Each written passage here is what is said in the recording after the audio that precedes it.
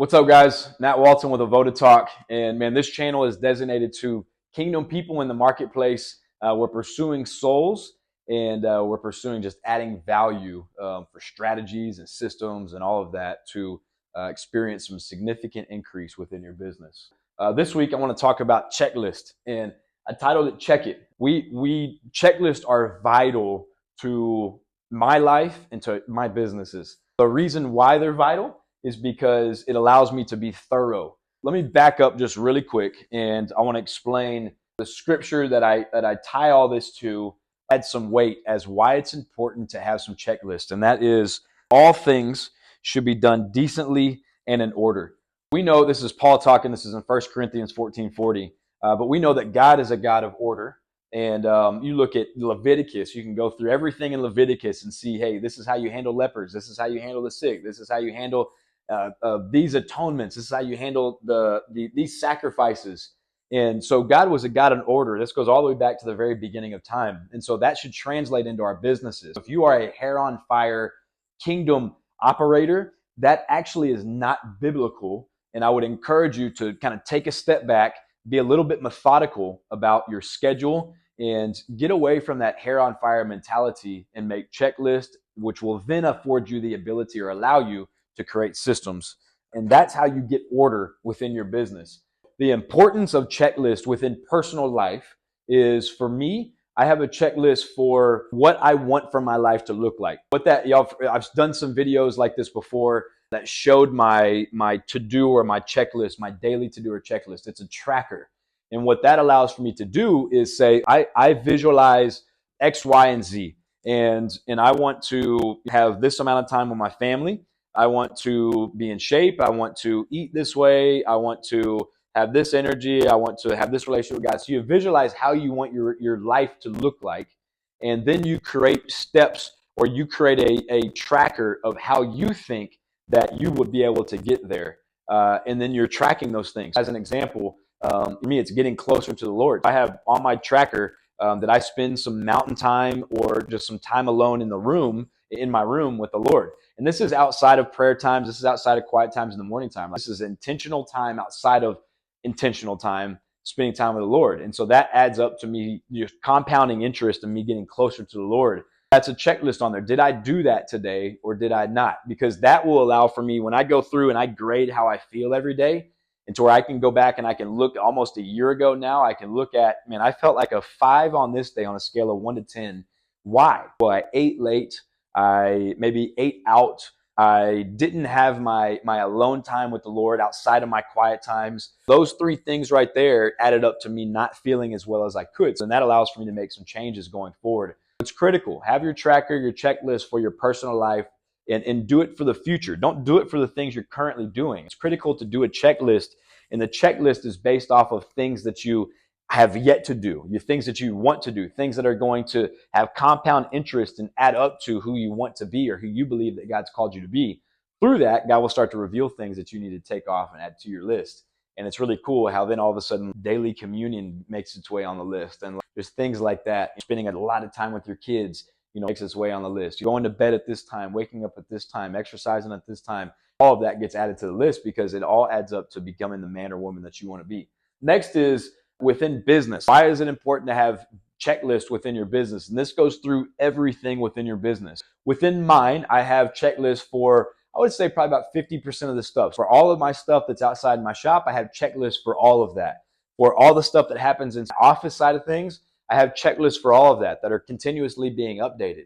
So if there are things outside of that I don't have checklists for yet, but the purpose of those checklists is it allows for you to be thorough and allows for you to make sure that you complete a task. How many times do you send something out or do you do something and you miss a step?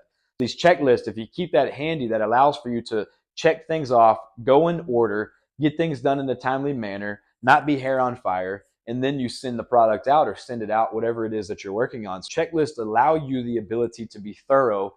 Being thorough allows you the ability to do everything out of excellence and to steward it well. And then that equates to the kind of math that God likes. We look at the parable of the talents, and there was an increase there. And so if we're not thorough, I promise you it's going to be a struggle to see some increase. Next is creating a system. A system allows you the ability to be efficient. if you're efficient, that's because of a system. But before you have a system, you have to have a checklist. What I do to create a system is I have a checklist, or basically I look at the task at hand and I reverse engineer it. I create a checklist accordingly, and then I create a system outside of that that would allow me to get something done quicker. Let me break that down a little bit more. I build things out of shipping containers and I ship it all across the country, and I build pools specifically out of shipping containers. That's one of my products. My checklist, I have checklists in each station. I have 3 stations that are set up that are around my shop that allow for my shop to flow like an assembly line.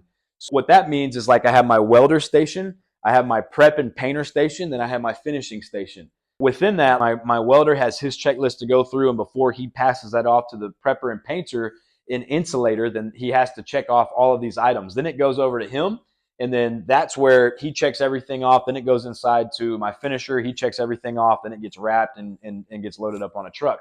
But where the system comes in is the order of events and how that happens. I look at the whole scope of the project and I say, this needs to happen, and 1 through 100 need to happen.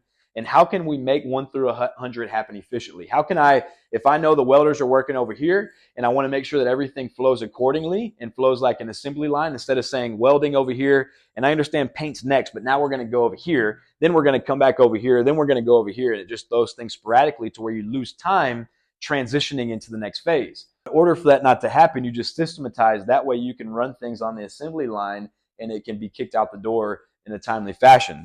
Those things are critical to do if you want to increase your production and want to increase your productivity with your people that are completing the task. Systems allow for you to be efficient. Checklists allow for you to be thorough. So we need to be thorough and efficient with everything we do. That's going to maximize our return, and it's going to maximize our people as well.